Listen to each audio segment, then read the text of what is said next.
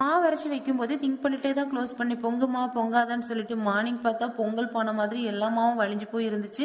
தோசை சுடுறதுக்கு கொஞ்சமாக எடுத்து வச்சுட்டு மீதி உள்ள மாவை ஒரு லிட் போட்டு க்ளோஸ் பண்ணி ஃப்ரிட்ஜில் ஸ்டோர் பண்ணிவிட்டு வலிஞ்சி இருந்த மாவை வேஸ்ட் பண்ணாமல் டைல்யூட் பண்ணி செடிங்களுக்கெல்லாம் ஊற்றிடலான்னு சொல்லிட்டு அதையுமே தனியாக எடுத்து வச்சுட்டேன். வீட்டில் விரதம்னால அடுப்பை நீட்டாக தொடச்சிட்டு தான் சமையல் பண்ணவே ஆரம்பிப்பேன். பால் அடுப்பில் வச்சுட்டு கொஞ்சமாக கீரை இருந்துச்சு, அதை சூப் போடுறதுக்காக வேண்டி அலசி அடுப்பில் சூப் பண்ணுறதுக்கு வச்சுட்டேன். பாப்பா இப்போ ஃபுட் சாப்பிட்றதுனால எல்லாமே ஹெல்த்தியா பார்த்து பண்ண வேண்டியது இருக்கு.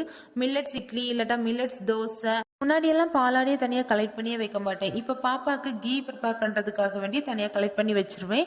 நைட்டு பார்த்தீங்கன்னா அவ்வளோ குளிர் அடிக்குது. 5ல் வச்சுட்டு தூங்கிட்டு இருந்தேன்னா இப்போ 3, 2 இந்த மாதிரி தான் வச்சு தூங்கிட்டு இருக்கேன். கிளைமேட் சேஞ்ச் ஆகுறதுனால பாப்பாவுக்கு சளி பிடிக்கிற மாதிரி இருக்குது. 5-6 நாளைக்கு பிறகு இன்னைக்கு தான் கொஞ்சம் வெயில் அடிக்கிற மாதிரி இருந்துச்சு. கொஞ்சம் வார்மாக மார்னிங்கே ஃபீல் ஆச்சு. அவ்வளோதான். நெக்ஸ்ட் வீடியோவில் பார்ப்போம். பாய்.